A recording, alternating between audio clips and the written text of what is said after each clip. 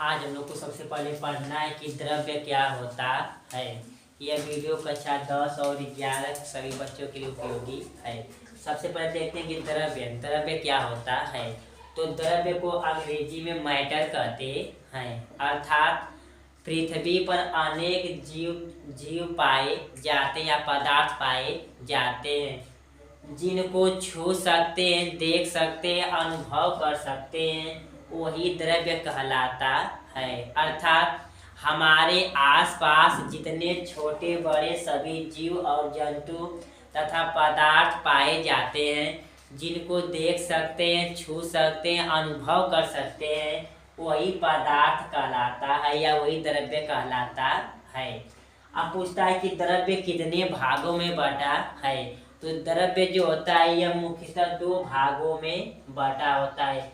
Number 1 शुद्ध पदार्थ और नंबर 2 अशुद्ध पदार्थ।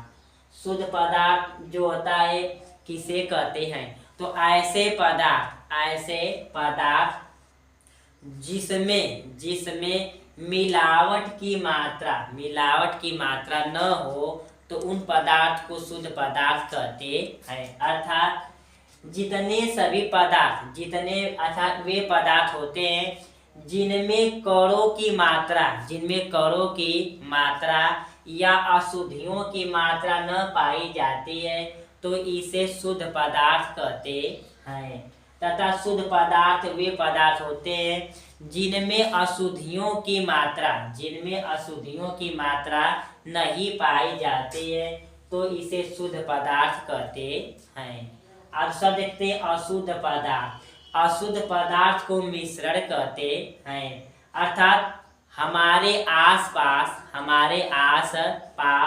अनेक प्रकार के पदार्थ पाए जाते हैं, तो जिनमें अशुद्धियां पाई जाती हैं, तो इस क्रिया को अशुद्ध पदार्थ कहते हैं। अर्थात 2 या 2 से अधिक अशुद्ध पदार्थों का मिला होना ही क्या कहलाता है, अशुद्ध पदार्थ।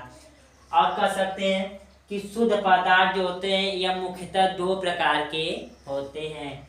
नंबर 1 तत्व और दूसरा यौगिक। नंबर 1 तत्व और दूसरा यौगिक। अब सबसे पहले देखते हैं कि तत्व क्या होता है। तो तत्व की खोज सर्वप्रथम 1661 ईस्वी में रॉबर्ट बायल नामक वैज्ञानिक ने खोज किए थे।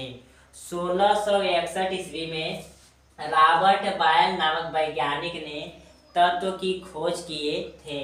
अब तत्व वे संगठन होते हैं जिनमें एक ही प्रकार के एक ही तत्व या कण पाए जाते हैं, तो इसे तत्व कहते हैं। अर्थात पृथ्वी पर अनेक तत्व पाए जाते हैं, परंतु जो एक ही प्रकार के एक ही पाए जाते हैं, तो इसे तत्व कहते हैं। जैसे तत्व में देखते हैं, जैसे सोडियम, मैग्नीशियम, एल्युमिनियम, क्लोरीन, ये जितने जो सिंगल होते हैं इन्हें सभी को लोग तत्व कहते हैं। अर्थात जो एक ही प्रकार के एक ही पाए जाते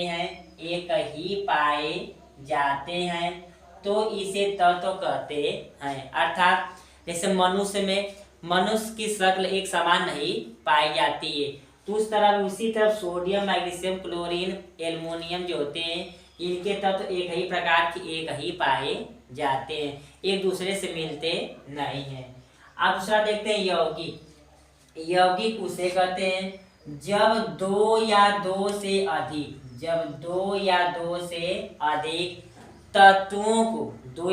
अधिक तत्वों को परस्पर आपस में मिलाते हैं, तो एक निश्चित अनुपात प्राप्त होता है, जिसे यौगिक कहते हैं। अर्थात 2 तत्वों के समूह को हम लोग यौगिक कहते हैं। जैसे जब सोडियम की अभिक्रिया क्लोरीन गैस से कराते हैं, तो यहाँ पर तत्व अलग और सोडियम अलग तत्व, क्लोरीन अलग तत्व जब कराते हैं, तो कराने के बाद NaCl प्राप्त होता है। तो इस क्रिया को यौगिक कहते हैं। अर्थात जब दो या दो से अधिक तत्वों को परस्पर आपस में मिलाते हैं तो एक निश्चित अनुपात प्राप्त होता है, जिसे यौगिक कहते हैं। अब जो तत्व होते हैं यह मुख्यतः 3 रूप में पाए जाते हैं। नंबर 1 धातु, दूसरा अधातु, तीसरा उप धातु। अब देखते हैं नंबर 1 की धातु क्या होता है। तो धातु वे तत्व होते हैं जिसमें एक या एक से अधिक इलेक्ट्रॉन को त्याग कर धन आयन बनाने की प्रवृत्ति रखते हैं, तो इसे धातु कहते हैं। जैसे सोडियम, मैग्नीशियम, एल्युमिनियम, कॉपर, ये जितने सभी होते हैं ये सभी धातु कहलाते हैं। जैसे सोडियम जो होता है इसमें इलेक्ट्रॉन की मात्रा 1 छिपी होती है और आवेश भी पाया जाता है। जैसे Na+ तो +1e जो इलेक्ट्रॉन होते हैं इसमें छिपे रहते हैं। अर्थात एक या एक से अधिक इलेक्ट्रॉन को त्याग कर धन आयन बनाने की प्रवृत्ति रखते हैं, तो इसे धातु कहते हैं। अब दूसरा देखते हैं अधातु किसे कहते हैं। तो अधातुवीय तत्व होते हैं जो एक या एक से अधिक इलेक्ट्रॉन को ग्रहण करके किसी दूसरे इलेक्ट्रॉन को ग्रहण करते हैं, तो इसे अधातु कहते हैं।